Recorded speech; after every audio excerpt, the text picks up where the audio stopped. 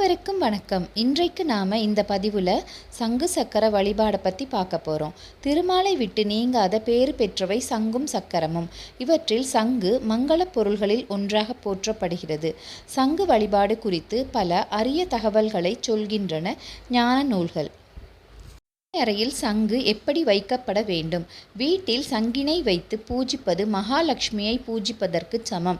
செவ்வாய் வெள்ளி போன்ற தினங்களில் சங்கினை பூஜிப்பது லக்ஷ்மி வாசத்தினை நிலைத்திடச் செய்யும் எளிய வழி ஆகும். சங்குகளை தரையில் வைக்கக்கூடாது. சங்கில் எப்போதும் பிரணவ ஒளி எழுந்து கொண்டே இருக்கும். இதன் விசேஷ அதிர்வுகள் தரையில் பட்டால் நமக்கு தோஷம் உண்டாகும். சங்கினை தீர்த்த பாத்திரம் போன்றவற்றின் மேல் நிமிர்ந்த நிலையில்தான் வைக்க வேண்டும். பூஜை அறையில் வைக்கப்படும் சங்கு எப்போதும் ஜல சம்பந்தத்துடன் இருக்க வேண்டும் என்பர். சங்கின் தலைப்பகுதி வடக்கு நோக்கியும் நுனிப்பகுதி தெற்கு நோக்கியும் இருக்கும்படி வைக்க வேண்டும். எக்காரணம் கொண்டும் சங்கினை குப்புற கவிழ்த்து வைக்கக்கூடாது. ஒரு இலை அல்லது தட்டில் நெல்லை பரப்பி அதன் மேல் சங்கை வைத்து பூஜிப்பது சிறப்பு. இதனால் அன்ன தரித்திரம் ஏற்படாது. நெல்லுக்கு பதிலாக அரிசியும் வைக்கலாம். சங்கு வழிபாடு தரும் பலன்கள். ஆலயங்களில் செய்யப்படும் சங்காபிஷேகம் மிகுந்த புண்ணிய பலன்களை தரக்கூடியது. அதேபோல் வீட்டிலுள்ள விக்கிரகங்களை சங்கில் இட்ட புனித நீர் கொண்டு திருமஞ்சனம் செய்வதும் மிகவும் விசேஷம். இதனால் பன்மடங்கு பலன் கிடைக்கும். 1000 இடம்புரி சங்குகளுக்கு இணையானது ஒரு வலம்புரி சங்கு. 1000 வலம்புரி சங்குகளுக்கு சமமானது ஒரு சலஞ்சலம். 1000 சலஞ்சல சங்குகளுக்கு சமமானது ஒரு பாஞ்சஜன்யம். எங்கு இவை முறையாக ஆராதிக்கப்படுகின்றனவோ அங்கே செல்வ வளம் நிறைந்து இருக்கும். சங்குகளில் கோமடிச் சங்கு விசேஷமானது. ஒரு கோமடிச் சங்கினை பூஜிப்பது கோடி வலம்புரி சங்குகளை பூஜித்த புண்ணியத்தை தரவல்லது. கோமடிச் சங்கினால் அபிஷேகித்து சிவபெருமானை வழிபடுவது பசுவின் மடியிலிருந்து நேரடியாக பாலை சொரிந்து பூஜிப்பதற்கு சமமான புண்ணியத்தினை தரவல்லது. துளசி மற்றும் தாமரை மலர்களால் சங்கை பூஜித்தால் திருமகள் கடாட்சம் பெருகும். வீட்டில் செல்வம் நிலைத்திருக்கும்.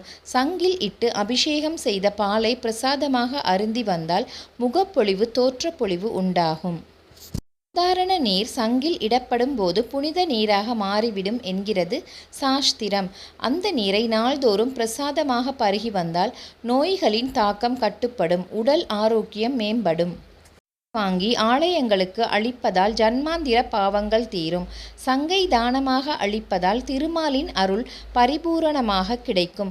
வம்ச விருத்திக்கு குறைவு ஏற்படாது. சங்கினை முறையாக வழிபடுவோர் இல்லத்தில் எதிர்மறை வினைகள் அணுகாது. கண்ணேறு திருஷ்டி பாதிப்புகள் ஏற்படாது. அந்த வீட்டில் எப்போதும் செல்வச் செழிப்பு நிறைந்திருக்கும். முகூர்த்த காலத்தில் சங்கு தீபம் ஏற்றி வழிபட குபேரன் அருள் எளிதில் கிடைத்திடும். சங்கின் ஸ்பரிசம் கிருமி தொற்றினை அழிக்க வல்லது. மாதாவாக போற்றப்படும் பசுக்களின் கழுத்தில் சங்கு அணிவிக்கும் வழக்கம் உண்டு. இப்படி பசுவுக்கு அணிவிக்கப்பட்ட சங்கினை வீட்டு நிலைப்படி உயரத்தில் கருப்பு கம்பளி கயிற்றில் கட்டி வைத்தால் கெட்ட சக்திகள் வீட்டிற்குள் நுழையாது என்பது நம்பிக்கை. செவ்வாய் தோஷம் காரணமாக திருமணம் தடைப்பட்டு வருந்தும் பெண்கள் 8 செவ்வாய்க்கிழமைகள் வலம்புரி சங்கில் பால் வைத்து அங்காரகனுக்கு செவ்வரளி மலர்களால் 108 நாமாவளி அர்ச்சனை செய்தால் கைமேல் பலன் கிடைக்கும். 16 சங்கு வடிவங்களை கோலமாக போட்டு பௌர்ணமி இரவில் குங்குமத்தால் அர்ச்சனை செய்து குளிகை காலத்தில் கடன் கொடுத்தவரை சந்தித்து சிறிதளவு பணத்தை திரும்ப கொடுத்தால் விரைவிலேயே முழு கடனும் அடைப்படும். பிரம்ம முகூர்த்த காலத்தில் சங்கு தீபம் ஏற்றி வழிபட வீட்டில் குபேர சம்பத்து உண்டாகும். நன்றி, வணக்கம்.